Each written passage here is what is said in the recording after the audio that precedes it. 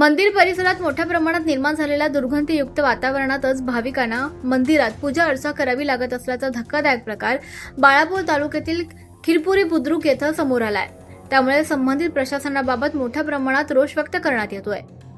मिळालेल्या माहितीनुसार बाळापूर तालुक्यातील खिरपुरी बुद्रुक येथे अतिशय पुरातन असं हनुमानाचं मंदिर आहे। तर मंदिरात दैनंदिन पूजा अर्चा तसेच गावकरी भाविकांसह गावात काही कार्यक्रमानिमित्त बाहेरून आलेल्या नागरिकांची दर्शनासाठी नेहमी वर्दळ राहते।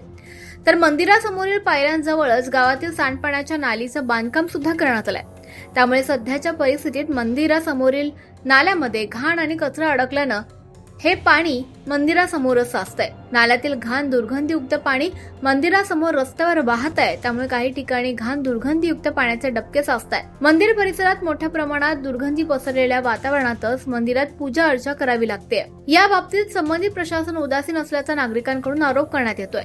तसंच ग्रामपंचायतचे संबंधित सचिव गावात फिरकत नसल्याचं म्हटलं जातं आणि त्यामुळेच सचिव दाखवा आणि बक्षीस मिळवा अशी गंभीर परिस्थिती सध्या झाली आहे। संपूर्ण गावकरी आणि पंचक्रोशीतील भाविकांचे श्रद्धास्थान असलेल्या हनुमान मंदिर परिसरात मोठ्या प्रमाणात निर्माण झालेल्या दुर्गंधीयुक्त वातावरणातून सुटका करण्यासाठी संबंधित वरिष्ठ पातळीवरून हालचाली करण्यात येऊन भाविकांना दिलासा देण्यासाठी प्रयत्न करावे अशी मागणी देवधर चिंचोळकर, दत्ता जामोदकर, लाला थाबोकार, निलेश कवळकार, सुरेश आरखेसह अधिक गावकरी यांच्याकडून करण्यात येते। सत्यशोधक न्यूज चॅनलसाठी राजकुमार चिंचोळकर, बाळापूर।